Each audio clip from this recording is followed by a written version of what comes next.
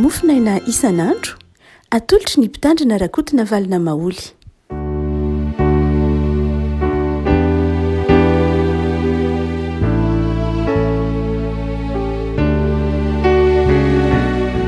Ampifaliana ry havana no iarabanantsika tratra ity alarobia fa 5 volana novambra ity.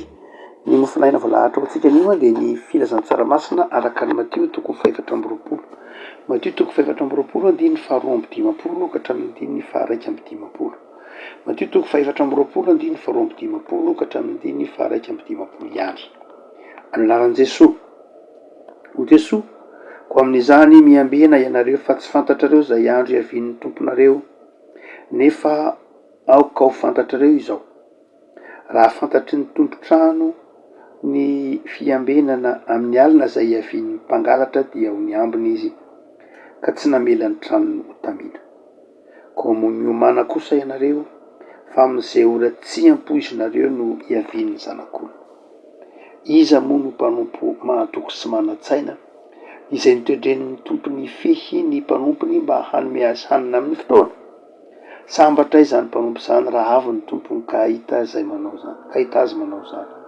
Lazaiko aminareo marina tokoa, ho tendreno mpanapaka ny fananana rehetra izy, fa raha manao anakam-po izany mpanompo ratsy fanahy izany hoe maharitra ny tompoko, ka dia mikapoka ny mpanompo namany izy ary mihinana sy misotro amin'ny mpimamo, dia ho avy ny tompon'izany mpanompo izany amin'ny andro izay tsy ampoiziny sy amin'ny ora izay tsy fantany, dia ho tapahiny roa izy ka omeny anjara ny mpiatsara velatsy any no hisy ny fitomanina sy ny fidrohany ify. Ray Masino, manamasinana amin'ny fahamarinana, ny teninao ny fahamarinana. Amen. Ry havana, mbola ao anatin'ny fiantrehina ny fampieritrereta nataon'ny fiangonana isika ny hoe aoka hiomana handray ny tompo, satria fotoanan'ny advento raha teo moa isika izao ry havana. Amin'ity Matio 4:20 ity dia marina fa tsy miresaka ny advento loatra izy, advento lay fiavian'ny tompo amin'ny krismasy zany, lay atao advento sy ny karnety, fa miresaka kosa lay advento lay fiavian'ny tompo amin'ny voninahitra, lay ataontsika hoe adventus in gloria, izany hoe fiavian'ny tompo amin'ny voninahitra. Ary dia ilay fiavian'ny tompo amin'ny voninahitra nefany izay resahan'ny Matio eto dia fiomanana ara-panahy izay tokony iainantsika isan'andro. Tsy hoe satria ao avy ny krismasy dia ilay fifaliana amin'ny fandraisana ny tompo Jesosy zaza ihany no tsaroana, fa tokony hatsiaro koa isika fa iny Jesosy zaza iny izay tsaroantsika ny fahaterahany, solantsika n'Andriamanitra ny krismasy, fa mbola ho avy amin'ny voninahitra. Dia amin'ity Matio 4:20 tapany farapalany izay torotenina fon'i Jesosy teny an-tendrombohitra ity ary, dia misy lafin-javatra roa izay asehony amin'ny andiny faha 2:20 ka hatramin'ny faha 1:20. Ho avy ny tompo. Raha ho avy ny tompo dia tampoka ny fiaviany. Tampoka ny fiaviany. Itsika rehefa manao fotoana amina olona ataovy hoe olona tiatsika, na olona manam-boninahitra, na olona izay ataontsika hoe andrasantsika mafy ny fiaviany satria mitondra zavatra mahasoa na mitondra fifaliana na tahaka izany, dia miomana fatratra isika. Ary entitra dia entitra mihitsy ara ny fiomanantsika, sarotiny amin'ny minitra ifanaovana fotoana, ary mandrakariva dia izay olona andrasantsika na izay fanao fotoana amintsika dia manome ora mazava, manome fotoana mazava. Fa ito Jesosy dia samy hafa mihitsy amin'izany olona mety ho andrasantsika izany ny fomba fijeriny. Tampoka osy ny fiaviany. Tampoka ny fiavian'ny tompo. Io dia efa mampianatra antsika, mampieritreritra antsika ny hoe tampoka ka tsy fantatr'olona, tampoka ka tsy misy olona mahafantatra azy. Tampoka ka tsy misy olona izay afaka hiteny manao hoe zahay no ahafantatra ny avian'ny tompo. Tampoka ka tsy kajy n'inona azo atao mihitsy. Zany hoe raha miteny Jesosy hoe tampoka dia tena tampoka tokoa. Zany hoe tsy misy manam-po na iza na iza. Ora sy fotoana io resahantsika io. Fa ny tompo kosa mazava ho azy aloha io dia efa nanome famantarana zany nomeny. Famantarana fa zany famantarana zany mety maharitra 10 taona ny iainana le famantarana, mety ho 500 taona ny iainana le famantarana, mety ho 30 taona, fa lay fotoana dia tena tsy misy mahafantatra, tampoka la izy.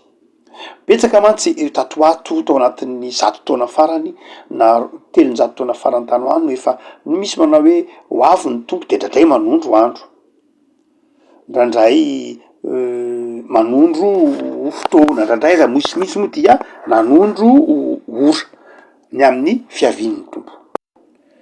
Mazava nefa ny tenin'i Jesoa tampoko zany, tsy ampoiziny zany, ary tena raha ny soatra masina ny jerena dia fampianaran-diso avy hatrany izay rehetra milaza ho mahafantatra ny fiavian'ny tompo.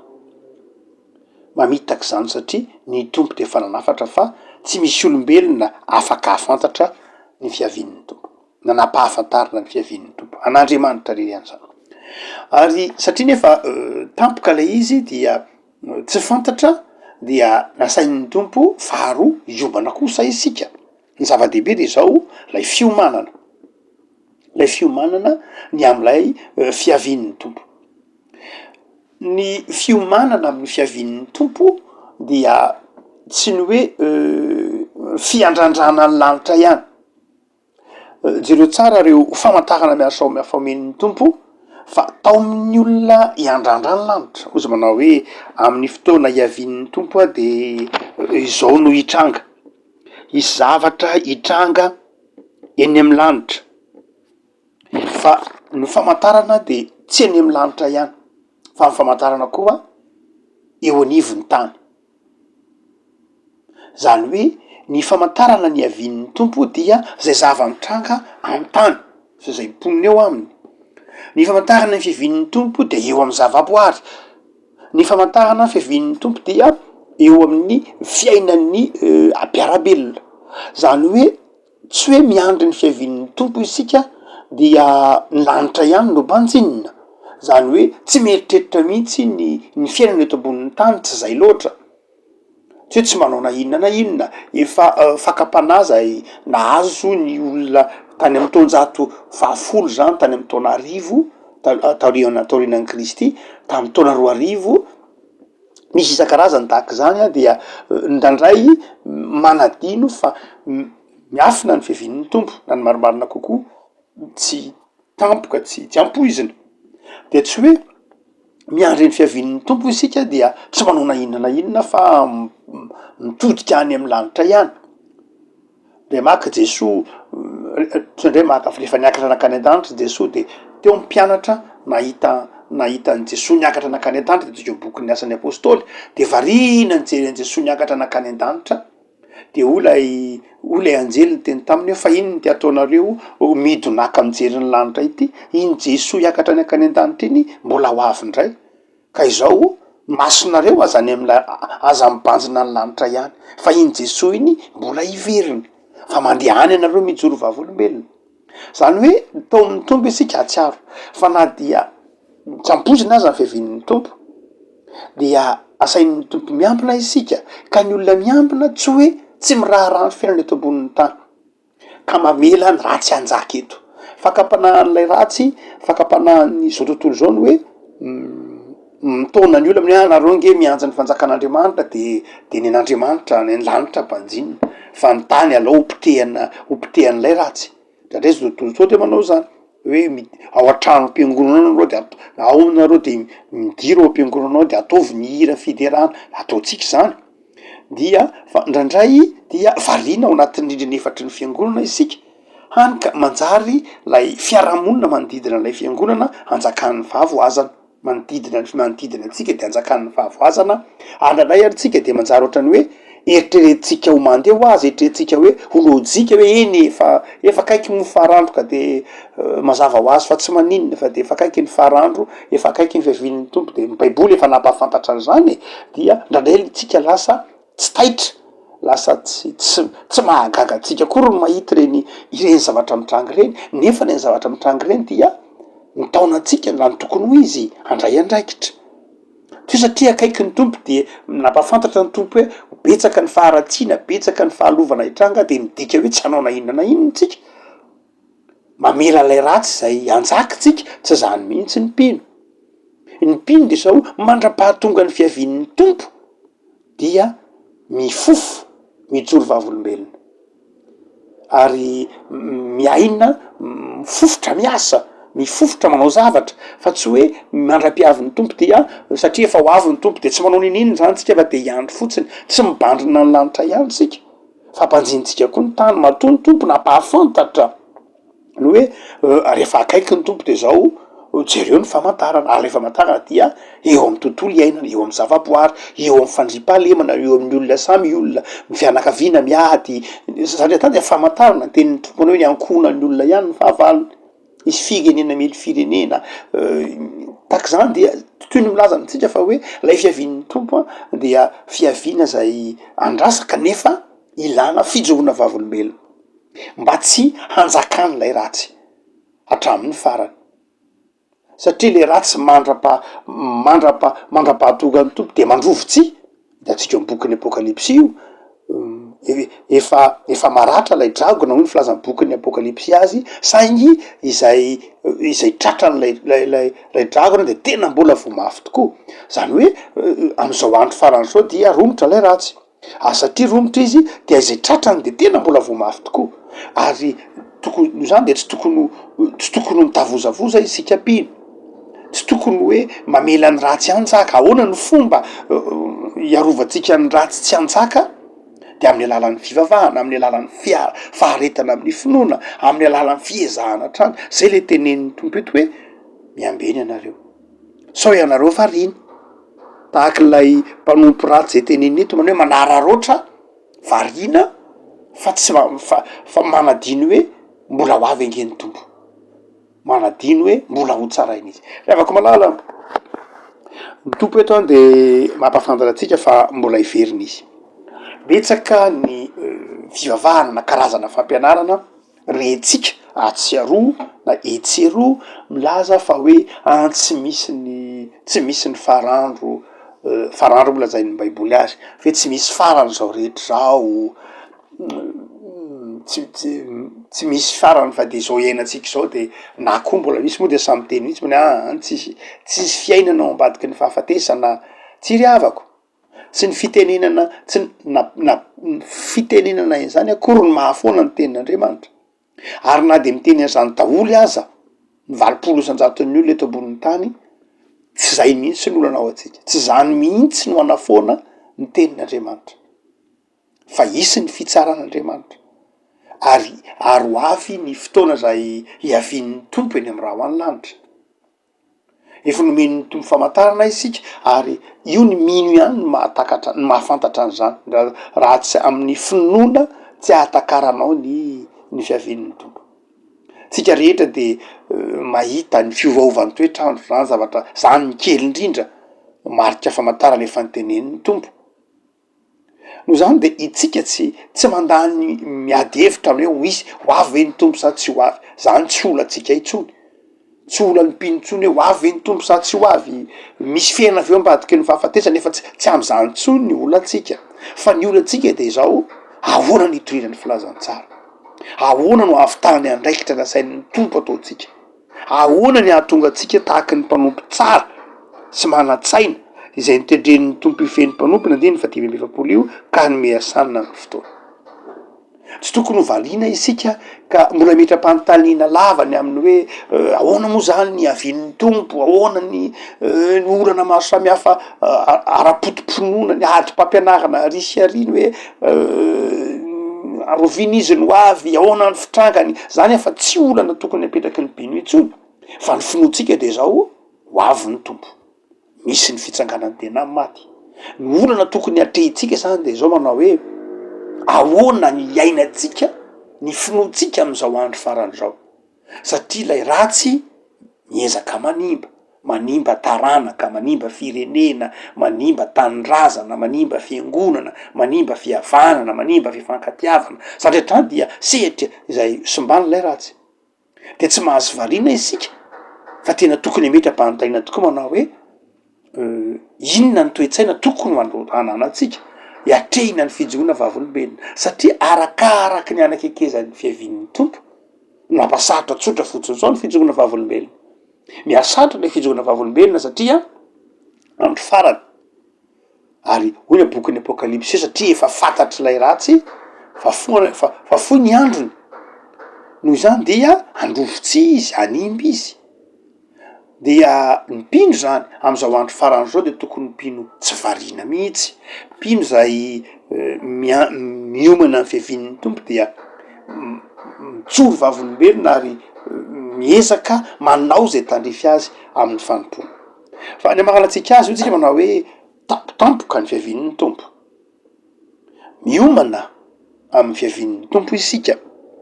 Fa ny fahatelo dia ny fahasambarana zay tazantsika amin'ny fiavin'ny tompo. Hoy ny andininy fahenina amby efapolo, sambatry zany mpanompo zany raha avy ny tompony ka hita azy manao zany asa izany. Fahasambarana, le fahasambarana zay ampanantenain'ny tompo atsika de tsy ny fahasambarana zao tontolo zao. Raha olona ataotsika hoe olona manamboninahitra na olona tiatsika na olona ataotsika hoe manatoerana manokana amin'ny fiainantsika no mifanao fotoana amitsika na andrasantsika, fantatra ny vahatongavany de rehefa tonga izy de faly ery isika satria mety manomana zavatra tsika, manomana zavatra tsika hitsena anazy, manomana zavatra tsika handraisana azy, dia manana fifaliana ery isika ny am'izany zavatra zany. Fa izao ohatr'izay koa ny tokony toetran'ny fiainantsika rehefa eo am-piandrasana ny fiavin'ny tompo, fahasambarana, sambatra. Ny asa fanompoana ny avako malala dia asa iandrasana ny fiavin'ny tompo. Asa iandrasana ny fiavin'ny tompo de asa mitondra fahasambarana. Manahirana kely dia manana fahamaritana natao hoe fahasambarana izao tontolo zao. Manana fahamaritana natao hoe fahasambarana izy, ary ny fahamaritana izao tontolo zao natao hoe fahasambarana dia mifanalavitra amin'ny fahamaritany baiboly natao hoe fahasambarana. Hitantsika eo Matio 5:5. Matio moa de mampiasa mandrakariva ny titeny teo makary hoe sambatra. Any manomboka toko sambatra ny malahelo am-panahy, sambatra ny mpampiavana, dia Matio de manana fahamaritana antsoina hoe sambatra. Fa izao tontolo zao kosa de manana fahamaritana natao hoe sambatra. Fa indraindray de zao lay fahasambarana zao tontolo zao no mibahana ao anatin'ny saitsika ka manjary tsy tsapatsika hoe efa sambatritsika. Le ratsy de tsy mitsahatry ny mampahory, ary indraindray ny fampahoriana ataon'lay ratsy dia mampafantatra manakivy etsika ny hoe ianao angety sambatra e, nga ianao sambatra, nga ianao tian'Andriamanitra, nga ianao be de be ny fakapanahy ataon'lay ratsy mandeha aletiny ao anatin'ny saitsika na amin'ny fomba mivantana na tsy mivantana hoe tsy sambatra nge ianao nga sambatra. Fa itsika ravako malala de sambatra tsika.